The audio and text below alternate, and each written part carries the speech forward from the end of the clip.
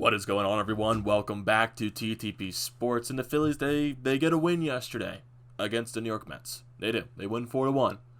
And I don't know. I don't know how I feel right now. It's just that I think the Phillies right now, I think everyone can agree with this, just with the way it's been going on. Now you don't have Rhys Hoskins, you don't have JT in the lineup. There's just injuries galore right now. The bullpen's still the same bullpen.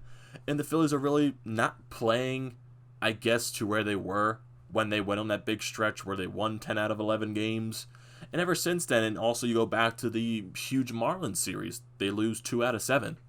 Where basically that Marlins series, we've been talking about it for a while now. That's basically what the season is going to be right there. That basically how your season can end and how it will translate either you making the playoffs or missing the playoffs. And they only win 2 out of 7 games. And the offense really, since the beginning part of that series, the offense going down the rest of the stretch of that Marlins series, honestly, just didn't have the same oomph. It didn't have the same effect. Maybe that's also granted you don't have JT, you don't have Rhys Hoskins in the lineup. And you got JT dealing with that hip issue, that rib issue. And then the whole situation now going on with Rhys Hoskins. He was just put on the IL, I think the 10-day IL. And there's maybe talks going under that maybe Tommy John is what he needs. Maybe he needs surgery on an arm. And maybe that's not a good thing. It's not a good thing at all. And you hope it doesn't go down to that extent, because the way Rhys has been swinging the bat lately, he's been a game changer for this lineup. He's been very consistent ever since coming out of that huge slump that he's been in. He's been killing the ball, hitting home runs left and right, and being a difference maker in that lineup. And JT, you know, that's a big bat you're losing in the lineup as well, and also someone defensively behind the plate as well. You're losing a key piece to that lineup. And then with those two out, really, what else happens? You put Garlick in the lineup, and that's been basically the common theme. Joe Girardi keeps wanting to put Garlick in the lineup, especially in last night's ball game, when you have a righty on the mound for the Mets and Rick Porcello, and you don't put Adam Hazley into the lineup, and then Adam Hazley then pinch hits for Garlick with the bases loaded and he drives in 2 runs. It's just that, why would you pinch hit Adam Hazley in that situation? Why didn't you start him in the game? That's just a little bit questionable right there, and just the lineup in general. Even though they get the win yesterday, they win 4-1. Didi Gregorius hits a huge home run late in the ball game to give the Phillies a 4-1 lead. It's just that Jake Arrieta on the mound goes off with an injury. He struggled early on in the ball game. He was getting into a very high pitch count in the first 3 innings. And then he comes out in his last inning and he has a little bit of a leg issue and he's limping off of the field, has to be carried into the clubhouse.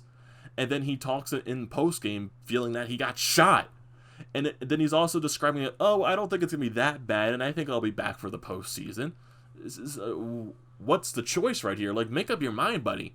If you felt like you got shot, I think that's pretty serious right there. I think that's a big, serious injury right there for you, Jake Arrieta. And honestly, everyone can describe what having Jake Arrieta the past 3 seasons has been like. It's been very underwhelming. It's probably one of the worst contracts in Philadelphia Phillies history.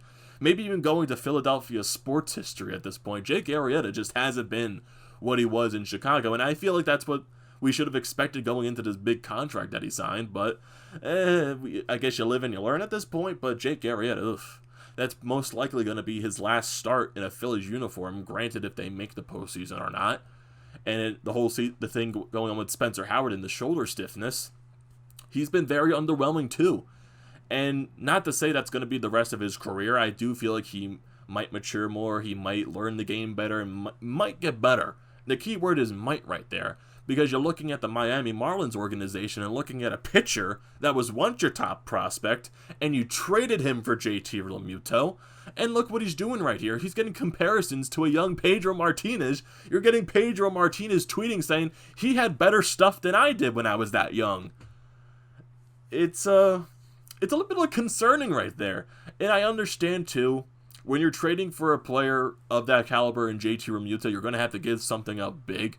But boy, If you don't sign JT Realmuto, which honestly, it's going down to that extent where I don't believe the Phillies are going to be signing JT Realmuto, it's really concerning right there, because you literally just gave the Marlins a guy that's going to be a stud and dominate the league for years to come.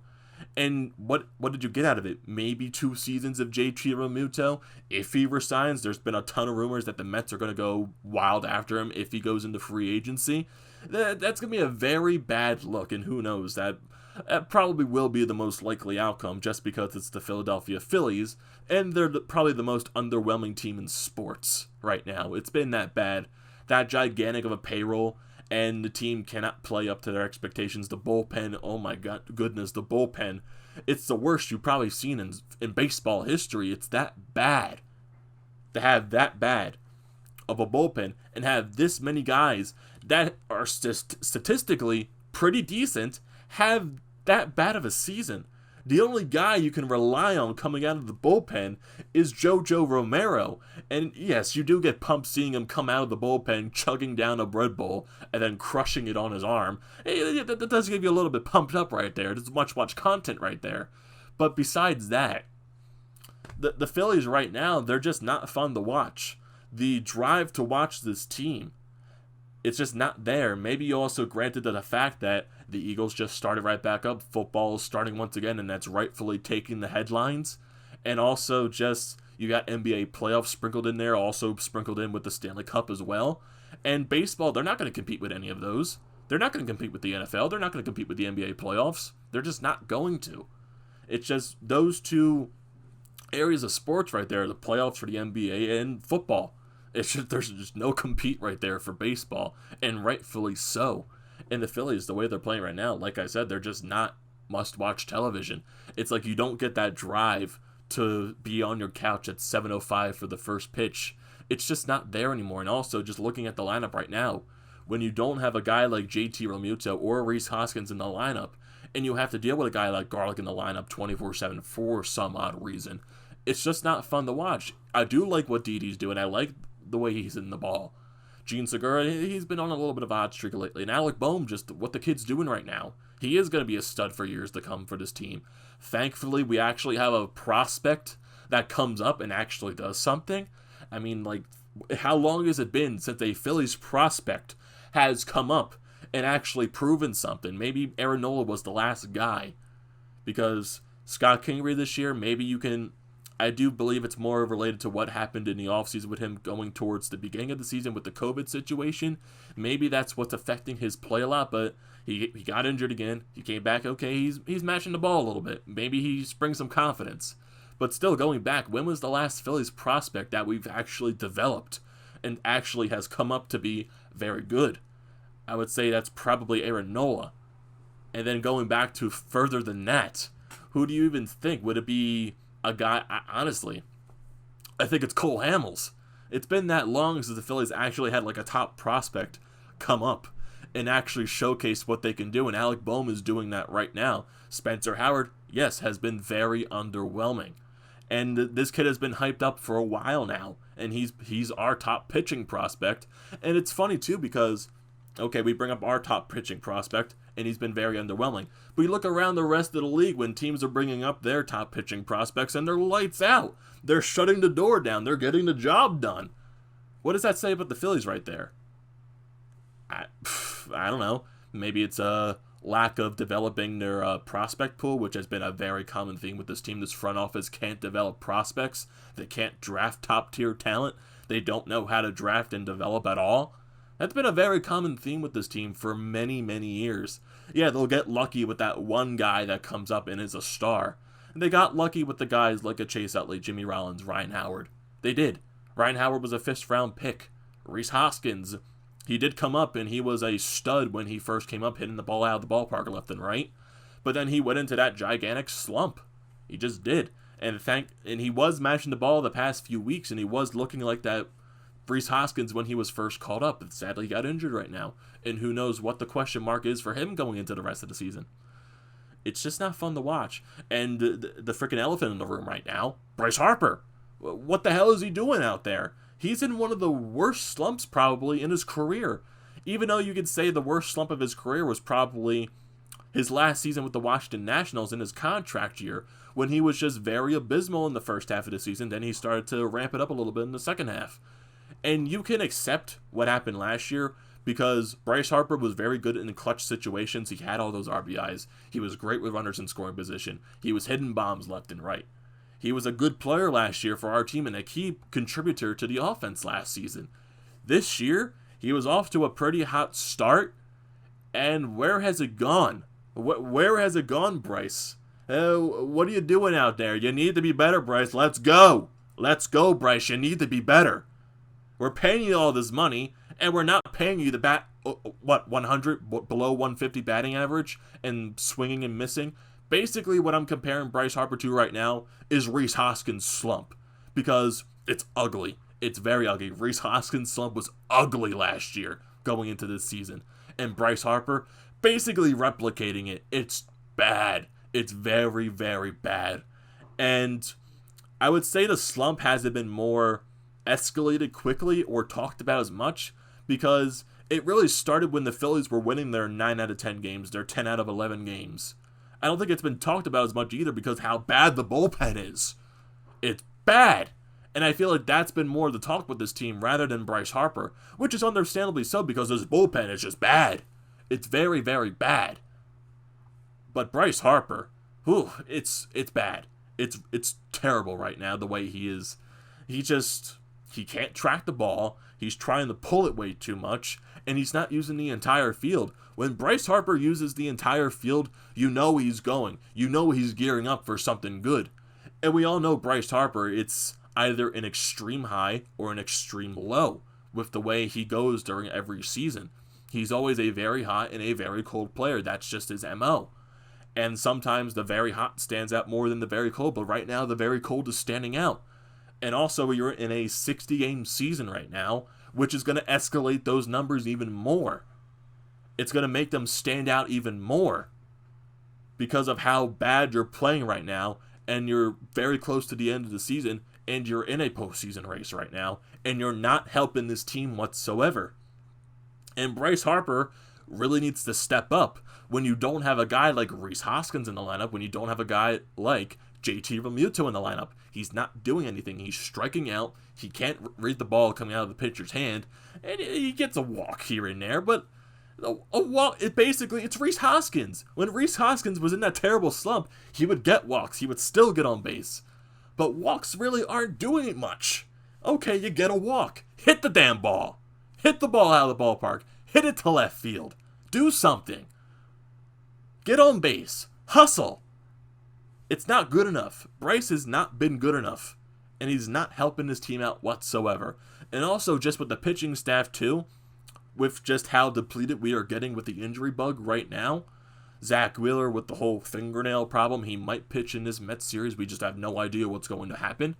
Jake Arrieta now with a leg injury. Who knows how long he's going to be out for, even if he does come back. Most likely that was his last start in a Phillies uniform. Zach Eflin, you don't know what the hell you're getting out of him. Spencer Howard, the shoulder stiffness, he's been very underwhelming. You throw Vince Velasquez in there, like what the hell? And Aaron Nola, basically. Aaron Nola and Zach Wheeler have been the only two guys out of the starting rotation. And sadly for Zach Wheeler, for how good he's been pitching, this whole fingernail issue right now. And Aaron Nola, he's been Aaron Nola. He's been really good this season. Sadly, the team around him is just not going to help him. They're just not.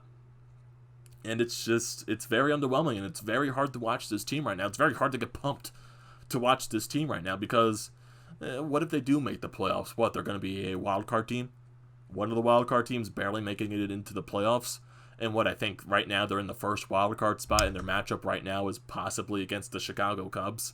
If they do even make the playoffs, they're going to get cremated. They're going to get destroyed by the Chicago Cubs. And with this bullpen in the postseason, that's definitely not must-watch television right there. Not even close. I can't even wait to see that. It's probably not going to happen too because we all know with this Phillies team, the past few seasons, there's always that spiral downhill. There's always that spiral downhill when it matters. The team cannot win when the time matters enough. We've seen it the past 2 years. 2018, they started going in that downward spiral around August and September. Last season it started earlier. It started around the June, July area, and they failed to make the postseason. Right now, they really haven't been hovering around first place. They were very close to catching the Braves, but ever since that Marlins series has been downhill. It's been very much downhill. It hasn't been good. And now you're playing the Mets, you're going to be playing the Nationals again, and you're going to be playing Tampa Bay, I think, to finish off the season. And I think you also got to play Toronto, too, I think, this weekend. It's not going to be very good right there. And just remember when we played Toronto a couple weeks ago back in August? Remember when we blew that 8-0 lead? Vince Velasquez on the mound? It's not fun. It's not fun watching this team anymore. And still, I'm going to watch every single game, but I'm not going to be pumped. I'm not going to be excited because it's just not fun to watch. It's frustrating. Honestly, at this point, for all Phillies fans out there, they might understand this. It feels like a chore to watch this team because they're not good enough. They're not playing up to the potential. This lineup can, honestly, when the lineup goes, you can't guarantee the bullpen's going to help you out. And right now, when you don't have Rhys Hoskins nor JT Realmuto in the lineup, it's not helping right there. It's not going to help whatsoever. Then you get Bryce Harper in the major slump that he's in right now. It's like, how much more can people like Andrew McCutchen, Gene Segura, Didi Gregorius, how much more can Alec Boehm and all those guys help the lineup more? When you have a key guy in the lineup not doing much, and you don't have a Rhys Hoskins nor a JT Realmuto, and you have to deal with Andrew Knapp catching basically every single day. The Phillies did sign a couple people to contracts, Lucroy, and all those, but those guys were waived for a reason. They were free agents for a reason. They're not that good. They're not that good as they once used to be. And they're probably not going to be major help to this lineup right now. Who knows how much longer JT is going to be out? Who knows how much longer Rhys is going to be out? It's going to be a weird stretch going into the end of the season, because right now it's not exciting baseball, and the Phillies, it's been the same thing year after year. They go into these bad slumps, they go into these bad stretches, and then they suck people back in. When they possibly maybe win a series, they maybe sweep the Mets. They love sweeping the Mets for some reason and sucking people back into the false hope right there. They just love sweeping the Mets. It always happens. They'll sweep the Mets, and then they drive people right back into that false hope, that false sense of hope. Always happens, and it might happen this series once again. Maybe they beat the Nationals again and drive people back in. And then who knows, maybe this postseason berth, it's going to come down to the last series of the season. And I think they play Tampa Bay, and Tampa Bay is a very good team. The Phillies are either going to be the team that barely makes the wild card, maybe even they fall into the first wild card spot, or they really come up short and barely miss the wild card spot. It's going to be one of those situations. I don't think they're guaranteed a playoff spot, just because if you look at the standings right now, it's very close within the wild card too. There's a lot of teams behind them. They got the Reds, they got the Rockies. There's teams behind them that can catch the Phillies.